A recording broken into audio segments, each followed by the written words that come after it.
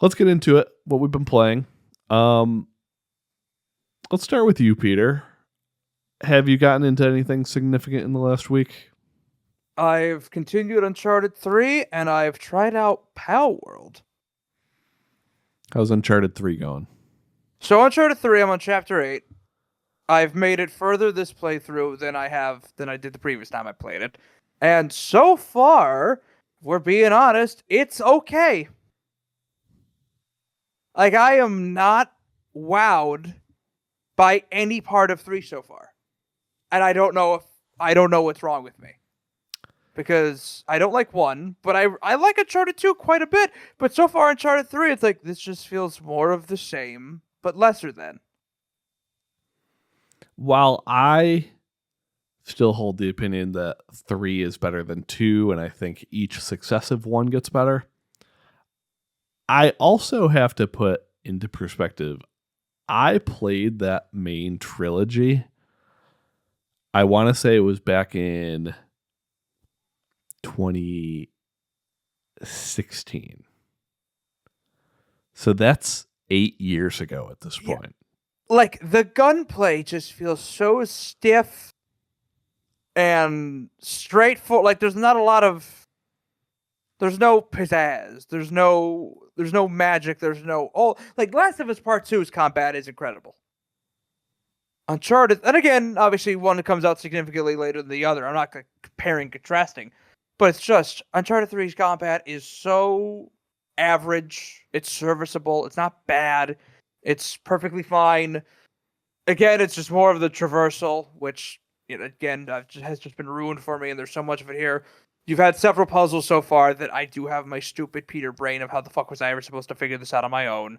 And that is Uncharted. I'm not mad at Uncharted for having puzzles. Uncharted always has puzzles. But, I'm impatient now. I don't have the patience for puzzles. Uncharted at least makes more sense than God of War.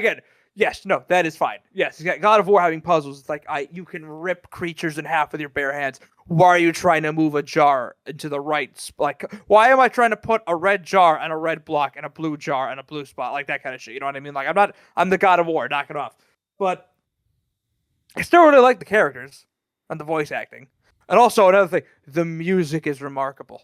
We don't talk enough about how fucking good the music in the Uncharted series is.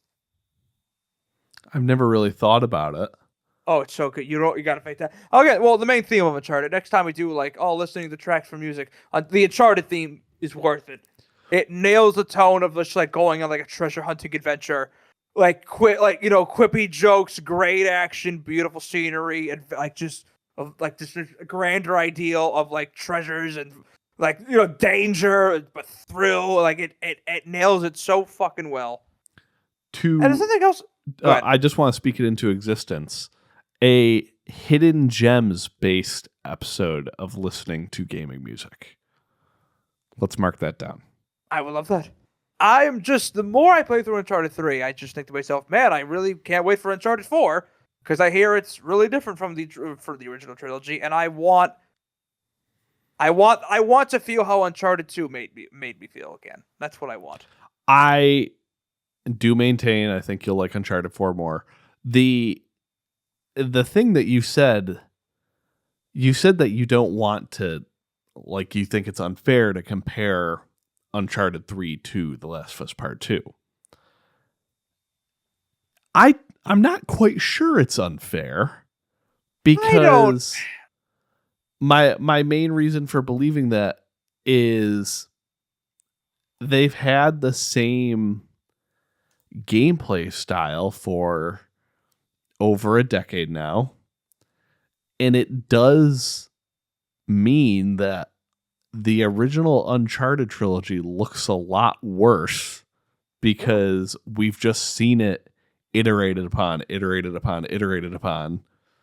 to a point that, like, I don't know, we're used to some luxury here, and it almost kind of hurts the legacy of Uncharted in some way if you can't get over the fact that they've just done it better a bunch of times.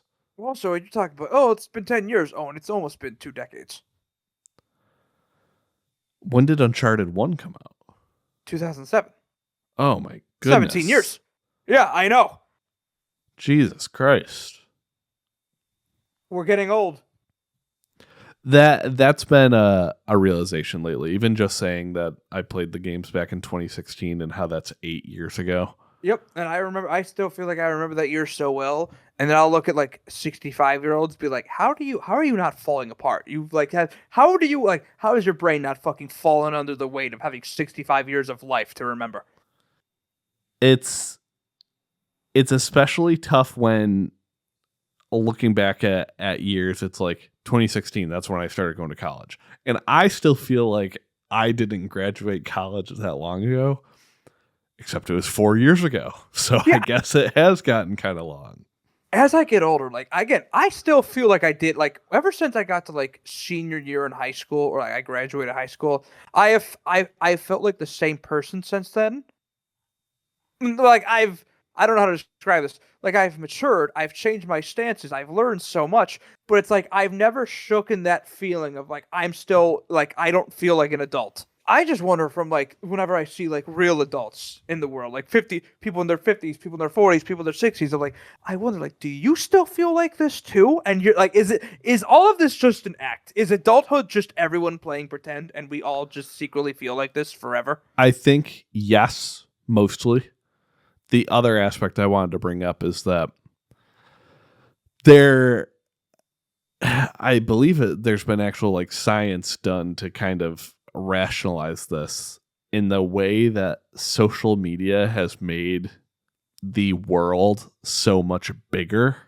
The example I've seen used is the fact that, like, a woman in a small town a century ago could have gotten married at 16 and stayed with their husband the entire time and had 10 kids and never had any real perception that they were missing out on anything. And now we just have the endless perception that we're missing out on an infinite amount of things. Because now we have the fucking world at our fingertips and we just see how much is going on with how many people every single day. But that's a broader story. That's not for gaming. To bring it all back, I want to start reeling us in.